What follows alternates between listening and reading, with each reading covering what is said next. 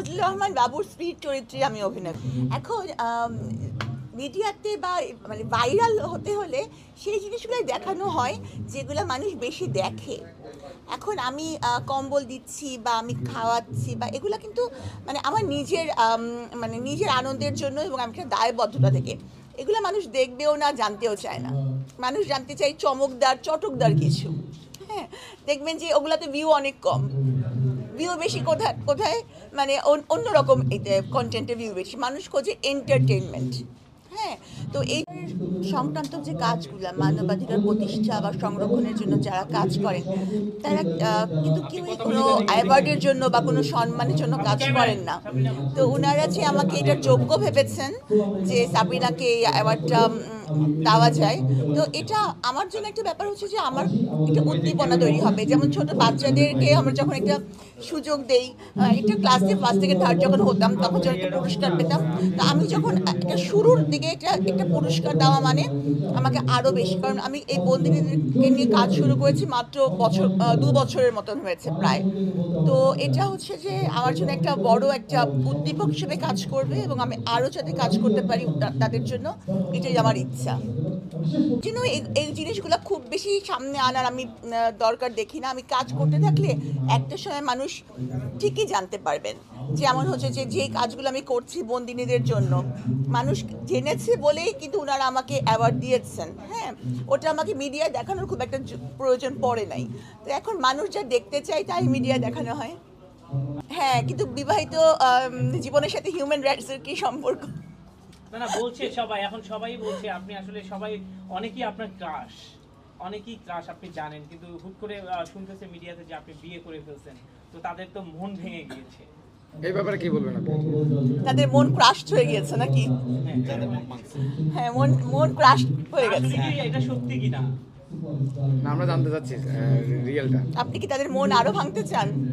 আমরা মানে সত্যিটা জানতে চাচ্ছি আসলে। সত্যি আপু, আমরা দেখলাম সোশ্যাল মিডিয়াতে আরেকটা জিনিস শুনলাম যে আপনি একটা নাটকে কাজ করেছেন। জি। এবং খুব মানে হুট করে নাটকে কেন এসেছেন? আসলে নাটকে কাজ করাটা মানে অভিনয়ের প্রতি আমার একটা অভিনয় করার একটা স্বপ্ন আমার ছিল সবসময়।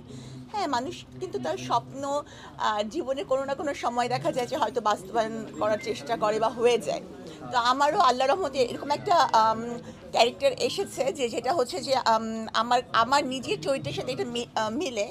এবং আরেকটা ব্যাপার হচ্ছে যে আমার বিপরীতে যিনি আছেন, যখন আমার পরিচালক এসকে শুভ আমাকে বলেছেন যে বিপরীতে থাকবেন ফজলুর রহমান বাবু, তখন আমি দ্বিতীয়বার চিন্তা করি নাই, আচ্ছা আচ্ছা আমি এটা করবই। তো তখন সাথে সাথেই আমি রাজি হয়েছি এবং আমি আমি আমার সাধ্য মতো করেছি।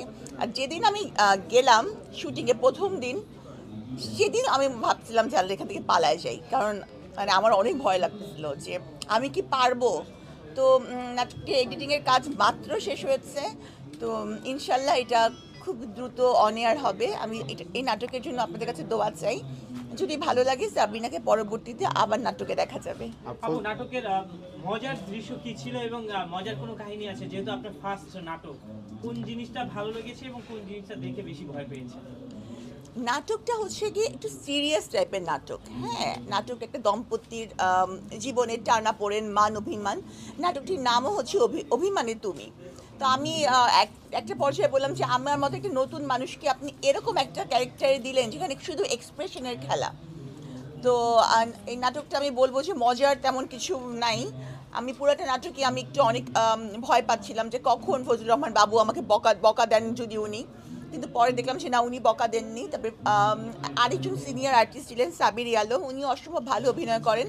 তো উনিও আমাকে বকা দেয় নাই, মোটামুটি বকাহীনভাবে আমি শুটিং 2 দিনের শুটিং ছিল, 2 দিনের মধ্যে শেষ করা গেছে। ফজলুর রহমান বাবু গুণী একজন অভিনেতা, ওনার সাথে অভিনয় করে কেমন লাগলো? বললাম না, প্রথমে তো ওনাকে দেখে যখন আমি মেকআপ রুমে ওনাকে দেখছি যে জলজান্ত ফজলুর রহমান বাবু, আগে তো যখন শুনছি ফজলুর রহমান বাবু অভিনয় করবে তখন মাথায় অতটা খেলে নাই। হ্যাঁ, কিন্তু যখন দেখছি পুরো আসল মানুষটা, তখন আমি ভাবতেছি আল্লাহ আমি পালায় যাই কোনোভাবে, কিন্তু তখন তো পালানো সম্ভব না, সব কিছু রেডি। তো ভয় লেগেছিল, কিন্তু উনি আসলেই মানে খুবই ভালো এবং আমাকে হেল্প করেছেন, সহযোগিতা করেছেন, মাঝে মাঝে একটু মৃদু বকা যেটাকে বলে, হ্যাঁ সেটা দিয়েছেন। তো খুবই মৃদু। আপু, আপনার ক্যারেক্টারটা কি ছিল আমরা একটু জানতে চাই। ফজলুর রহমান বাবুর স্ত্রীর চরিত্রে আমি অভিনয় করেছি। এবং সেই নাটকটা আসলে অনেকে আছে গ্রাম্য টাইপের অভিনয় করে, বাবু হয়তো ওই টাইপের। আপনি কি এটা গ্রামের কোনো নাটক নাকি ঢাকা শহরে?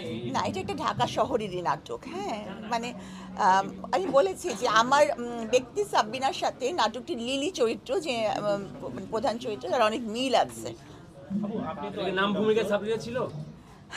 হ্যাঁ, নাটকটির নাম হচ্ছে অভিমানী তুমি। মূল কেন্দ্রীয় চরিত্র নারী চরিত্রটি আমার লিলি। কেমন লাগলো আসলে প্রথমে সেই নাম ভূমিকায় অভিনয় করা? মানে খুবই চ্যালেঞ্জিং। আর কিন্তু সাব্বিনা তো সবসময় সারা জীবন খালি চ্যালেঞ্জই নিয়ে গেল। তো দেখা যাক এই চ্যালেঞ্জে আমার কি পালিয়ে হয়। যাওয়ার একটা পায়তারা হইলো কেন ভিতরে? কখন পালাবো বললেন? মানে যখন আমি ফজলুর রহমান বাবুকে দেখছি, মানে মনে হচ্ছিল যে আল্লাহ, আমি এখন ওনার সাথে আমি কিভাবে অভিনয় করব, কি বলবো, মানে আমি পারবো না। তখন অনেক ভয় লেগেছিল। তখন মনে হচ্ছিল আল্লাহ, পালাই গেলে কেমন হয়।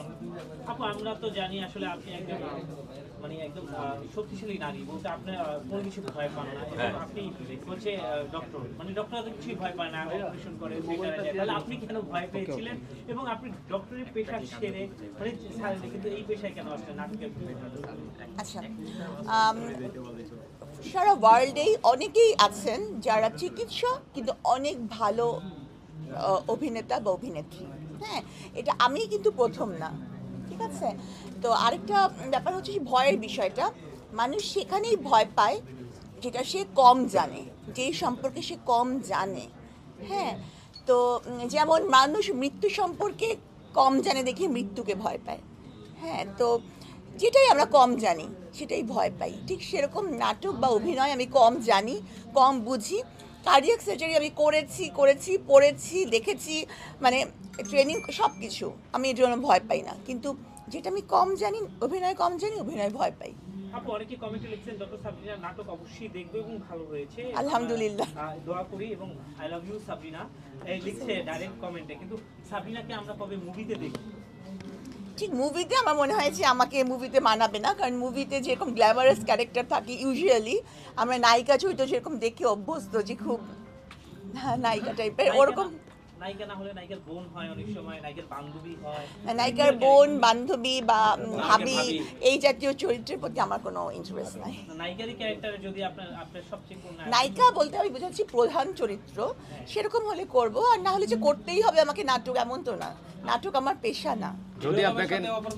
যদি আপনাকে নায়িকা হিসাবে সিলেক্ট করা হয়, কোন নায়কের সাথে অভিনয় করবেন? আপনার ফেভারিট নায়ককে যদি বলেন। আসলে পরিচালকই ঠিক করবেন কাকে আমার সাথে মানাবে বা ওই ক্যারেক্টারে আমি ফিট হব কিনা। হ্যাঁ, তো এটা পরিচালকের সিদ্ধান্ত, আমার না। গল্প বেস করে যদি নাম ভূমিকায় দেওয়া হয় সাবরিনাকে, নাম ভূমিকায়, তখন করবে কিনা? ভাবির চরিত্র হোক বা যেটাই হোক, কিন্তু গল্পের নাম ভূমিকায় সাবরিনা। নাম ভূমিকায় যদি হয় তার মানে তো সেটা প্রধান চরিত্র। প্রধান চরিত্র হলে করবো, আর না হলে করলাম না। এমন তো না যে আমাকে নাটক বা মুভি করতেই হবে। যদি ভাবি হয় প্রধান চরিত্র, সেটা হোক, সেটা অসুবিধা নাই, কিন্তু